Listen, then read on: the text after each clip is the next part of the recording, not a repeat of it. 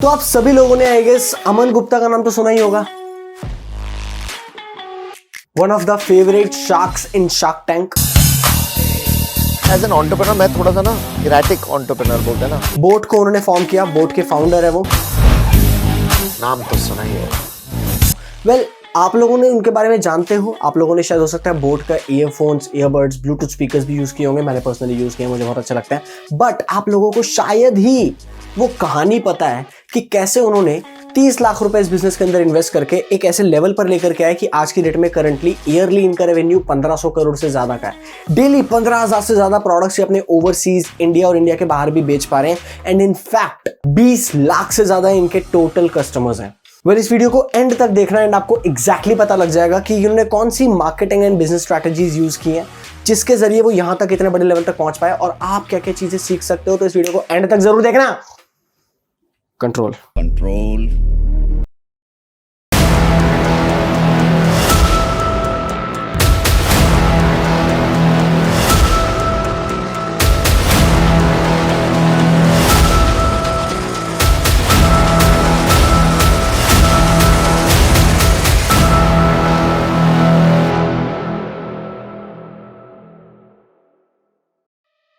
Well आप सब लोग जानते हो कि बोट जो है आज की डेट में earbuds, speakers, Bluetooth speakers, smart watches, earphones, ये सारी चीज़ें बेचते हैं। बट इनकी शुरुआत में इन्होंने ये प्रोडक्ट्स नहीं बेचे थे। शुरुआत हुई थी इनडिस्ट्रक्टिबल चार्जिंग केबल्स बेचने से। यस एग्जैक्टली, आईफोन के या एप्पल के जो चार्जिंग केबल्स होते हैं वो चार्जिंग केबल्स बहुत ज़्यादा डेलिकेट होते थे और बहुत इजीली ख़राब हो जाते थे या टूट जाते थे। तो वहाँ पर कंज्यूमर्स को बहुत ज़्यादा प्रॉब्लम होती थी कि अरे यार केबल टूट गया या खराब हो गया, हो सकता है वो केबल मुड़ गया जिसके चलते वो यूज़ नहीं हो पा रहा है। तो अब ऐसे में क्या किया जाए, तो उन्होंने सबसे पहले ऐसे इनडिस्ट्रक्टिबल चार्जिंग केबल्स बनाने शुरू किए एंड वो मार्केट में सेल करना शुरू किया। यहाँ से आप ये चीज़ सीख सकते हो कि पहले से ही बोट के दिमाग में ना प्रॉब्लम सॉल्विंग अप्रोच थी, जो ज़्यादातर बिजनेसेस के अंदर होता है। प्रॉब्लम सॉल्विंग प्रोडक्ट को क्रिएट कर देना, बजाय मार्केटिंग पे बहुत ज़्यादा रेस्टलेसली फोकस करने के एक ऐसा प्रोडक्ट बना लो कि लोग खुद ही लेने आ जाए, लोग खुद ही एडवांस पैसा देने को तैयार हो जाए। लोग खुद कहें अरे यार हमें तो पैसे देने हैं बट फटाफट से हमें ये प्रोडक्ट की ज़रूरत है, हमें ये प्रोडक्ट चाहिए, किसी और को मत दे देना, ये हमें ही चाहिए।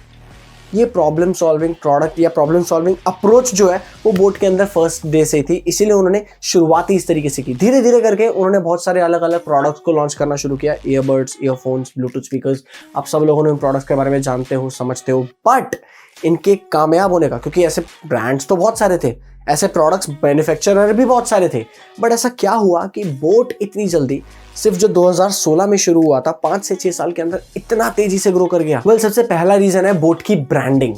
बोट ने अपनी ब्रांडिंग कुछ इस तरीके से की थी कि we are one of the most reliable products. उन्होंने उनके एडवर्टीजमेंट कैंपेन्स भी अगर आप देखोगे ना तो वो इसी चीज़ के ऊपर फोकस्ड होते हैं कि ये प्रोडक्ट्स, ये ईयरफोन्स आप वर्कआउट करते हुए भी पहन सकते हो एंड वो गिरेंगे नहीं, वो गीले नहीं होंगे, वो ख़राब नहीं होंगे, इजीली रिलायबल है एंड आप यूज़ कर सकते हो। उनकी ब्रांडिंग कुछ इस तरीके से थी कि वो ज़्यादातर, जैसे नाइकी है, नाइकी एथलीट्स पे फोकस करता है, तो इसी तरीके से बोट की ब्रांडिंग ये थी कि हम भी इसी तरीके की चीज़ों पे फोकस करेंगे। उन्होंने पूरा अटेंशन ग्रैब करने के लिए बहुत ब्रेनस्टॉर्मिंग की और फाइनली उन्होंने दिमाग लगा के ये चीज़ आइडेंटिफाई करी कि इंडिया के अंदर 2 चीज़ें जिनको सबसे ज़्यादा माना जाता है, एक क्रिकेट एंड दूसरा बॉलीवुड।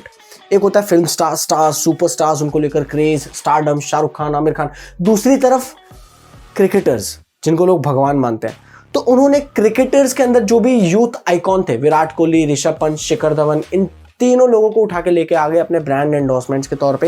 एंड बॉलीवुड से उन्होंने उठाया नेशनल क्रश कार्तिक आर्यन, बहुत सारी लड़कियों का क्रश है वो, आप लोग जानते ही होंगे। तो उनको लेकर के आए, कियारानी आडवाणी को लेकर के आए, काफ़ी सारे बहुत सारे मेल या फीमेल्स दोनों तरीके के फैंस हैं, plus youth people look up to them, तो उनको लेकर के आ गए। एंड दिलजीत दोसांझ को लेकर के आ गए।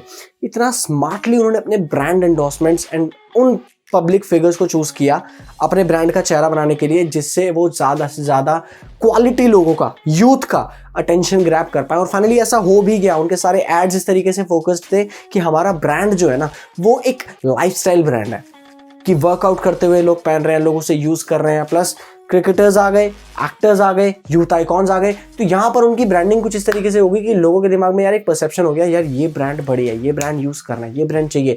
वो खुद ये चीज़ मानते हैं कि वो इलेक्ट्रॉनिक ब्रांड नहीं है बल्कि एक लाइफ स्टाइल ब्रांड है। ऑन टॉप ऑफ दैट उन्होंने 2019 के लैक्मी फैशन वीक के अंदर कोलैबोरेशन भी किया जिससे वो लोगों के सामने नज़र में आ पाए एंड प्लस यूथ को जो है वो बहुत ज़्यादा बेहतर तरीके से कनेक्ट कर पाए।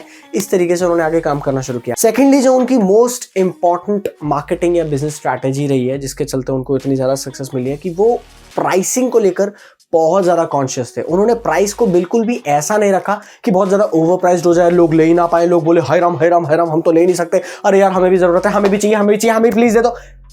मैं ज़्यादा ओवर एक्टिंग कर रहा हूँ। एक काम कर 200 रुपए दे और 50 रुपए काट ओवर एक्टिंग के वजह। वापस आ जाओ। हाँ, तो उन्होंने इतना ओवर प्राइस नहीं रखा है बट उन्होंने इतना अंडर प्राइस भी नहीं रखा कि लोगों को ले, अरे चाइनीज है बेकार है, ये सारी चीजें उठा के फेंक दो।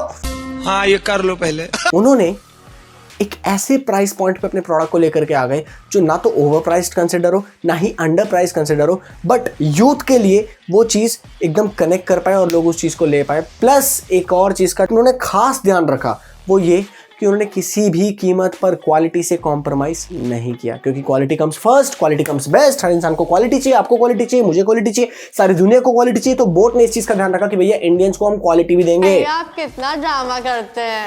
इंडिया क्या, हम दुनिया भर में, देश भर में जितने भी हम स्टोर्स खोलने वाले हैं उन सब लोगों को क्वालिटी देने वाले हैं। इसका मतलब ये नहीं है कि हमारे प्रोडक्ट्स अगर प्राइसिंग जो है वो मेन रेंज पे, मिडिल रेंज के अंदर है, इसका मतलब हमारी क्वालिटी मिडिल रेंज की होगी। नहीं, क्वालिटी उन्होंने सुप्रीम एकदम नेक्स्ट लेवल की उठा ली, प्लस एकदम ऐसा फैंसी और फंकी सा लुक दे दिया, क्योंकि मार्केट में एक बहुत बड़ा गैप था। जैसे जैसे वायरलेस ईयरफोन्स, स्पीकर्स ये इतना ज़्यादा इवॉल्व हो रहे थे, इलेक्ट्रॉनिक आइटम इतनी तेज़ी से इवॉल्व हो रही थी, उतनी ही तेज़ी से इनको फैंसी बनाने की रेस भी शुरू हो चुकी थी, जहाँ पर बहुत बड़ा गैप था। फैंसी नहीं थे ये, बोरिंग लगते थे, सिंपल कलर्स होते थे अलग अलग इलेक्ट्रॉनिक ब्रांड्स के, सोनी का, सैमसंग का, या तो व्हाइट कलर के ईयरफोन्स हैं या ब्लैक कलर के ईयरफोन्स हैं। इन्होंने अलग अलग yellow colour, blue colour, red colour के ईयरफोन्स, ईयरबड्स, इस तरीके की चीज़ें लेकर के आए जिससे ये मार्केट में अलग स्टैंड कर पाए। ऐसे और बहुत सारे और मार्केटिंग एंड बिजनेस स्ट्रेटजीज हैं जिसके बारे में अगर आप जानना चाहते हो तो नीचे कमेंट बॉक्स में आप मुझे बता सकते हो। एंड अगर आप लोग जानना चाहते हो कि यार अमेजोन को बॉयकॉट क्यों किया जा रहा था, ऐसा क्या रीजन था कि अमेजोन को लोग बॉयकॉट कर रहे थे इंडिया के अंदर, एंड हो सकता है कि इंडिया में अमेजोन का नामो निशान मिट जाता। आपकी स्क्रीन पे वीडियो आ रही है, इस वीडियो पे क्लिक करके देख लो।